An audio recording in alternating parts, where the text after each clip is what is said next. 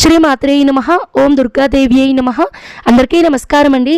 ఈ రోజు వీడియోలో మనకి 2025 సంవత్సరంలో దేవీ శరన్నవరాత్రులు ఎప్పటి నుంచి ఎప్పటి వరకు రానున్నాయి, ప్రతిరోజు తిథి వివరాలు, అలానే నక్షత్రం, నైవేద్యం, ఏ రంగు చీరలో దర్శనమిస్తారు అన్నీ కూడా క్లియర్గా ఈ రోజు వీడియోలో తెలియజేస్తున్నానండి. అలానే కలశ స్థాపన, అఖండ దీపం ఎలా పెట్టుకోవాలి, అంటే ఏ సమయంలో పెట్టుకోవాలి, ఆనవాయితీ లేని వాళ్ళు ఎలా చేసుకోవాలి, ఉద్వాసన ఎప్పుడు చెప్పుకోవాలి, అలానే మనకి 9 రోజులు నైవేద్యం చేయలేని వాళ్ళు మహా నైవేద్యంగా ఏవి సమర్పించవచ్చు, అన్నీ కూడా పూర్తి ఇన్ఫర్మేషన్ మొత్తం కూడా ఈ రోజు వీడియోలో తెలియజేస్తున్నాను. తప్పకుండా వీడియోని మాత్రం స్కిప్ చేయకుండా చివరి వరకు చూసే ప్రయత్నం చేయండి.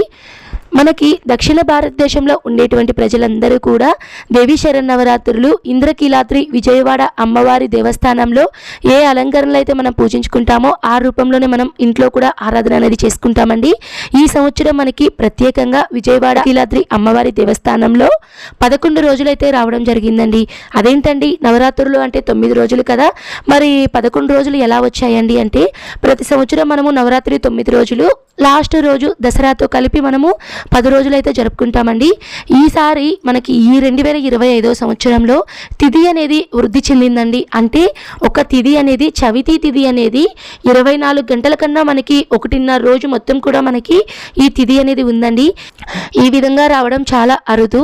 ఇలా 10 సంవత్సరాలకు ఒకసారి ఈ విధంగా జరుగుతున్నందువలన ఈసారి అమ్మవారి దేవస్థానంలో శ్రీ కాత్యాయని అమ్మవారి రూపం అనేది ఎక్స్ట్రాగా అయితే మనకి పెట్టడం జరిగిందండి. ఈ విషయాలన్నీ కూడా విజయవాడ ఇంద్రకీలాద్రి దేవస్థాన వేద పండితులు అయితే తెలియజేయడం అయితే జరిగింది. కాబట్టి ఈ సంవత్సరం విశేషంగా 11 రోజులు అయితే జరుపుకుంటామండి. మరి 11 రోజులు కూడా మనము ఏ రోజు అలంకరణ ఇవన్నీ కూడా తెలియచేస్తానండి. మొదటిగా మనకి ఎప్పటి నుంచి ఎప్పటి వరకు ఈ నవరాత్రులు ఉన్నాయి అండి అంటే, స్వస్తి శ్రీ చాంద్రమానేన శ్రీ విశ్వావసు నామ సంవత్సరం శరదృతువు దక్షిణాయనం సెప్టెంబర్ 22వ తేదీ సోమవారం రోజు శుక్ల పాడ్యమి తిథి నుంచి ఆశ్వీజ మాసం అండి, అక్టోబర్ 2వ తేదీ గురువారం రోజు శుక్ల దశమి తేదీ వరకు మనకి 11 రోజులు ఈ నవరాత్రులు అయితే 2025 సంవత్సరంలో రానున్నాయండి. మనం కలశ స్థాపన, అఖండ దీపం అనేది కొంతమందికి ఆనవాయితీ ఉంటుందండి. కొంతమంది ఈ సంవత్సరం కొత్తగా పెట్టుకోవాలి అనుకున్న వాళ్ళు కూడా పెట్టుకోవచ్చు. మరి కలశ స్థాపన, అఖండ దీపం ఎప్పుడు పెట్టుకోవాలండి అంటే, సెప్టెంబర్ 22వ తేదీ పాడ్యమి తేదీ తెల్లవారుజామున మీరు బ్రహ్మముహూర్తంలో పెట్టుకోవడానికి ప్రయత్నించండి. లేదు అంటే మీరు 8-9 లోపల మీరు ఉదయాన్నే పూజలోనే మీరు ఈ కలశ స్థాపన అనేది చేసుకుంటే చాలా మంచిదండి. ఇప్పుడైతే మనకి మొదటి రోజు నుంచి 11వ రోజు వరకు అమ్మవారు ఏ రూపంలో దర్శనమిస్తారు, తిథి వివరాలు అన్నీ చెప్తానండి. అన్నీ కూడా పంచాంగాలను అనుసరించి, అలానే దేవస్థానం మనకి ఏవైతే డీటెయిల్స్ అయితే ఇచ్చారో అవన్నీ కూడా నేను ఆ వివరాలన్నీ సేకరించి మీకు ఇన్ఫర్మేషన్ అనేది ఇస్తున్నాను. నవరాత్రుల్లో మొదటి రోజు మనకి శుక్ల పాడ్యమి తిథి వివరాలు వచ్చేసి మనం మొదటగా చూసుకుందామండి. 21వ తేదీన మనకి ఆదివారం రోజున రాత్రి 12:05 నుంచి సోమవారం రోజున రాత్రి 1:04 వరకు మనకి పాడ్యమి తిథి అనేది ఉంటుందండి. ఈరోజు అమ్మవారు మనకి మొదటి రోజు కదా అండి, బాల త్రిపుర సుందరి దేవి రూపంలో అయితే మనకి దర్శనమిస్తారు. ఈరోజు నక్షత్రం ఉత్తరా నక్షత్రం అండి. కలశ స్థాపన వచ్చేసి ఉదయం 5:30 లోపల అయితే పెట్టుకోవాలి. ఈరోజు నివేదించవలసిన నైవేద్యం బెల్లం పరమాన్నం, తీపి బూందీ, శనగలు లేదా పెసరపప్పు పాయసం, ఇవైతే నైవేద్యంగా మనకి సమర్పిస్తారండి. ఈరోజు అమ్మవారు మనకి ధరింపచేసేటువంటి చీర రంగు ఆరెంజ్ రంగు లేదా లేత గులాబీ రంగు అండి. ఈరోజు నిషిద్ధములు, చల్లని వస్తువులు నిషిద్ధం. ఈరోజు మనం అమ్మవారిని పూజ చేయడం వల్ల కలిగేటువంటి ఫలితం సద్బుద్ధి, కార్యసిద్ధి అనేది మనకి సిద్ధిస్తుందండి. ఈరోజు చేయవలసినటువంటి దానం రవికల గుడ్డ. అలానే ఈరోజు జపించవలసినటువంటి మంత్రం ఐం క్లీం సౌం సౌం క్లీం ఐం నమః. ఈ మంత్రాన్ని జపించవచ్చండి. లేదు అంటే ఓం శ్రీ బాలత్రిపుర సుందరీ దేవ్యై నమః ఈ మంత్రాన్ని కూడా మీరు జపించవచ్చండి. ఈరోజు పూజించవలసినటువంటి పుష్పాలు వచ్చేసి మనకి తుమ్మి పుష్పాలతో అమ్మవారికి పూజ అనేది చేస్తూ ఉంటారండి. తర్వాత మనకి నవరాత్రుల్లో 2వ రోజు అమ్మవారు మనకి విజయవాడ ఇంద్రకీలాద్రి అమ్మవారు శ్రీ గాయత్రీదేవి రూపంలో మనకి దర్శనమిస్తారండి. ఈరోజు తిథి వచ్చేసి మనకి విద్యా తిథి మనకి 22 సోమవారం రోజున రాత్రి 1:05 నుంచి 23వ తేదీన మంగళవారం రోజున రాత్రి 2:26 వరకు మనకి ఉంటుందండి. ఈరోజు నక్షత్రం హస్త నక్షత్రం. ఈరోజు నివేదించవలసినటువంటి నైవేద్యం రవ్వ కేసరి లేదా అల్లం గారెలు లేదా నిమ్మకాయ చింతకాయ పులిహోర మనం అమ్మవారికి నివేదిస్తామండి. ఈరోజు అమ్మవారికి ధరింపజేసేటువంటి చీర రంగు బ్లూ కలర్ లేదా ఎరుపు రంగు లేదా నారింజ రంగు. అమ్మవారికి పూజించేటువంటి పుష్పం వచ్చేసి తామర పూలతో అమ్మవారికి మీరు పూజ అనేది చేసుకోవచ్చండి. అలానే నిషిద్ధములు వంకాయ అనేది ఈరోజు నిషిద్ధం. ఈరోజు పూజ చేస్తే కలిగేటువంటి ఫలితం తేజస్సు పెంపొందుట. అలానే ఈరోజు చేయవలసిన దానం ఎర్రటి గాజులు. ఈరోజు జపించవలసినటువంటి మంత్రం ఓం శ్రీ గాయత్రీ దేవ్యై నమః లేదా ఓం శ్రీ గాయత్రీ మాత్రే నమః. ఈ మంత్రాన్ని అయితే మీరు జపించవచ్చండి. తర్వాత మూడవ రోజున అమ్మవారు ఏ రూపంలో దర్శనమిస్తారు అంటే అన్నపూర్ణాదేవి రూపంలో మనకి దర్శనమిస్తారండి. ఈరోజు తిథి వివరాలు. తదియా తిథి వచ్చేసి మనకి 23వ తేదీ మంగళవారం రోజున రాత్రి 2:27 నుంచి బుధవారం రోజు 24వ తేదీ రాత్రి తెల్లవారుజామున 4:16 వరకు మనకి తదియా తిథి అనేది ఉంటుందండి. ఈరోజు నక్షత్రం చిత్తా నక్షత్రం. ఈరోజు నివేదించవలసినటువంటి నైవేద్యం దధ్యోజనం కట్టె పొంగలి.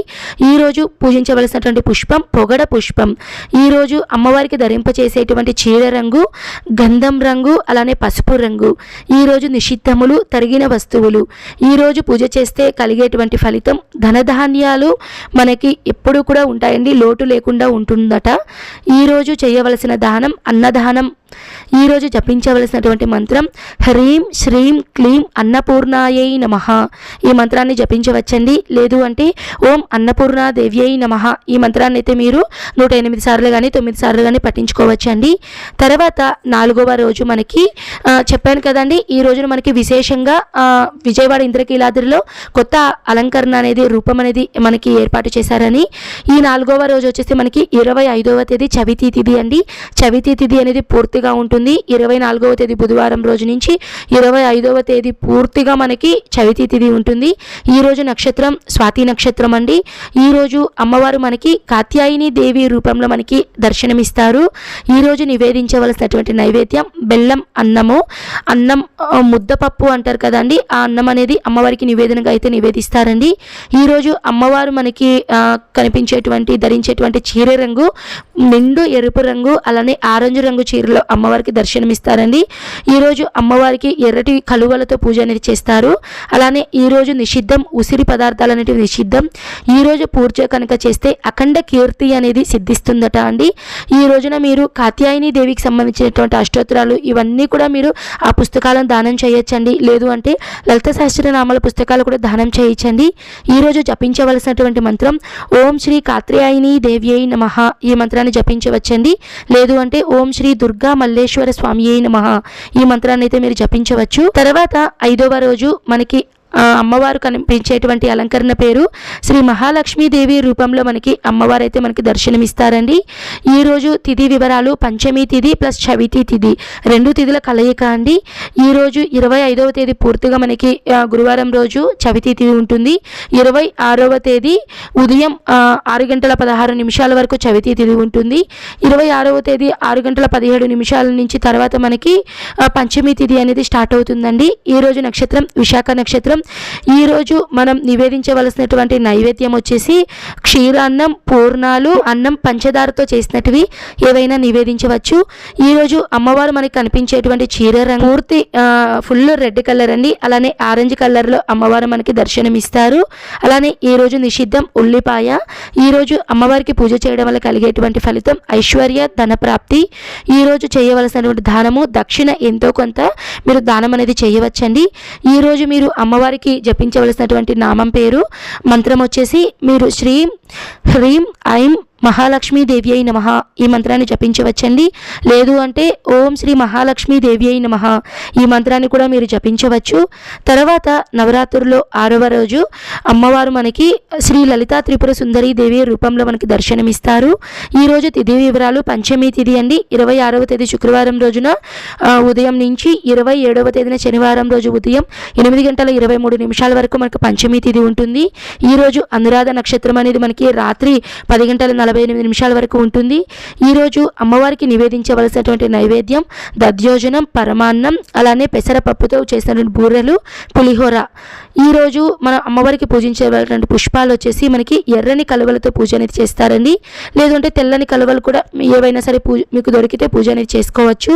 ఈరోజు అమ్మవారు ధరింపచేసేటువంటి చీర రంగు బంగారు రంగు లేదా గ్రీన్ కలర్, పచ్చ రంగు. ఈరోజు నిషిద్ధములు ఉసిరికాయ. అలానే ఈరోజు పూజ చేయడం వల్ల కలిగేటువంటి ఫలితం అఖండ కీర్తి అనేది సిద్ధిస్తుందండి. ఈరోజు చేయవలసిన దహనాలు లలిత సహస్రనామ పుస్తక దహనాలు అనేటివి చేస్తారండి. ఈరోజు పఠించవలసినటువంటి మంత్రం హ్రీం శ్రీం క్లీం లలితాదేవ్యై నమః. ఈ మంత్రాన్ని అయితే జపిస్తారండి. అలానే లేదు అనుకున్న వాళ్ళు ఓం శ్రీ లలితా త్రిపుర సుందరీ దేవ్యై నమః ఈ మంత్రాన్ని కూడా జపిస్తూ ఉంటారండి. తర్వాత నవరాత్రుల్లో 7వ రోజు మనకి శ్రీ అమ్మవారు శ్రీ మహాచండీ దేవి రూపంలో మనకి దర్శనమిస్తారండి. ఈరోజు మనకి తిథి వివరాలు చూసుకున్నట్లయితే 27వ తేదీన శనివారం రోజు మీకు ఉదయం 8:24 నుంచి 28వ తేదీ ఆదివారం రోజున ఉదయం 10:22 వరకు మనకి షష్ఠీ తిథి అనేది ఉంటుందండి. ఈ రోజు నక్షత్రం జ్యేష్ఠ నక్షత్రం.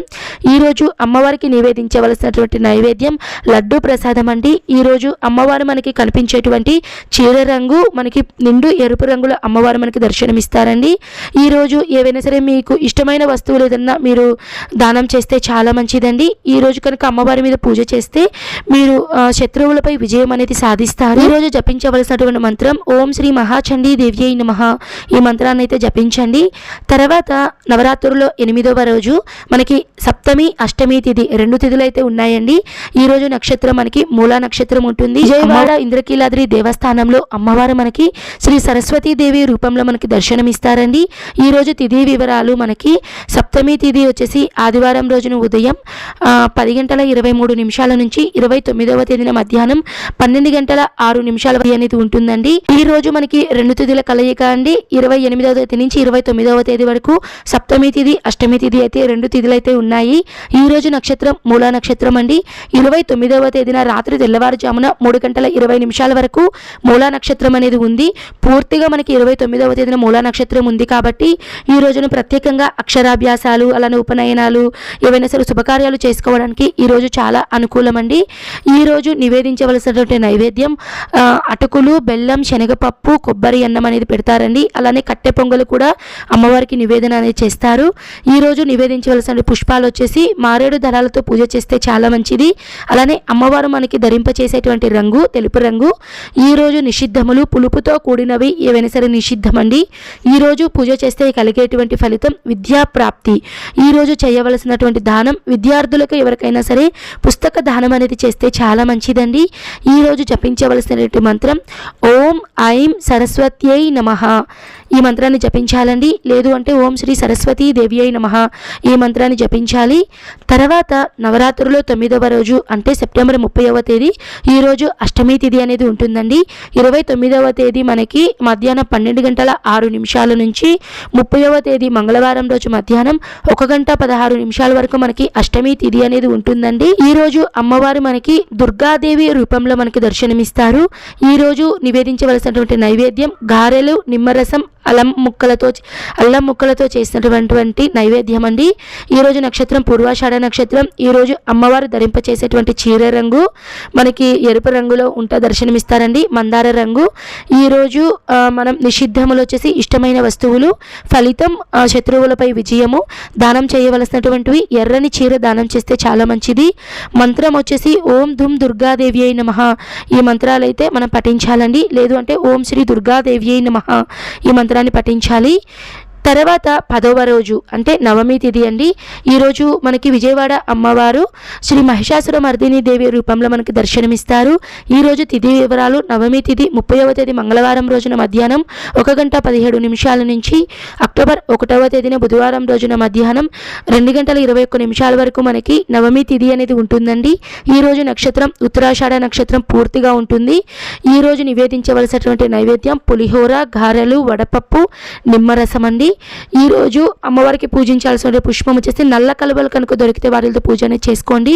చీర రంగు వచ్చేసి ముక్కు పొడం ఎరుపు నేత చీర, అలానే అమ్మవారి ఎరుపు రంగు చీరలో దర్శనమిస్తారండి. నిషిద్ధములు రాత్రి భోజనం, ఫలితము ధైర్యము విజయము సిద్ధిస్తుంది. దానము స్వయంపాక దానం. ఈరోజు మీరు పఠించవలసినటువంటి మంత్రం ఓం హ్రీం శ్రీం క్లీం మహిషాసుర మర్దిన్యై నమః.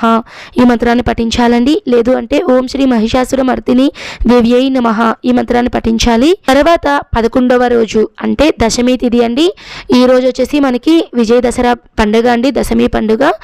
ఈ రోజు తిథి వివరాలు చూసుకున్నట్లయితే దశమి తిథి వచ్చేసి మనకి అక్టోబర్ 1వ తేదీన బుధవారం రోజున మధ్యాహ్నం 2:22 నుంచి అక్టోబర్ 2వ తేదీన గురువారం రోజున మధ్యాహ్నం 2:45 వరకు మనకి దశమి తిథి అనేది ఉంటుందండి. ఈ రోజు మనకి శ్రవణ నక్షత్రం అనేది ఉంటుంది. ఈ రోజు అమ్మవారికి నివేదించవలసినటువంటి నైవేద్యం శాఖాన్నం, అలానే పులిహోర, గారెలు, మీ శక్తి కొలది ఏవైనా నివేదించవచ్చండి. ఈ రోజు అమ్మవారు మనకి శ్రీ రాజరాజేశ్వరి దేవి రూపంలో మనకి దర్శనమిస్తారు. అలానే ఈ రోజు ఎర్రటి పుష్పాలతో పూజ అనేది చేయడానికి ప్రయత్నించండి.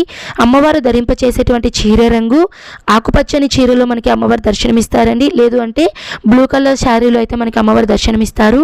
నిషిద్ధములు గుమ్మడికాయ, ఫలితం శక్తి సౌభాగ్యం, పూలమాలలు అనేటివి దానం చేస్తే చాలా మంచిది. ఈరోజు మనం జపించవలసినటువంటి మంత్రం ఓం హ్రీం రాజరాజేశ్వరి మాత్రే నమః ఈ మంత్రాన్ని జపించాలండి. లేదు అనుకున్న వాళ్ళు ఓం శ్రీ రాజరాజేశ్వరి దేవ్యై నమః అని ఈ మంత్రాన్ని అయితే మీరు జపించాలండి.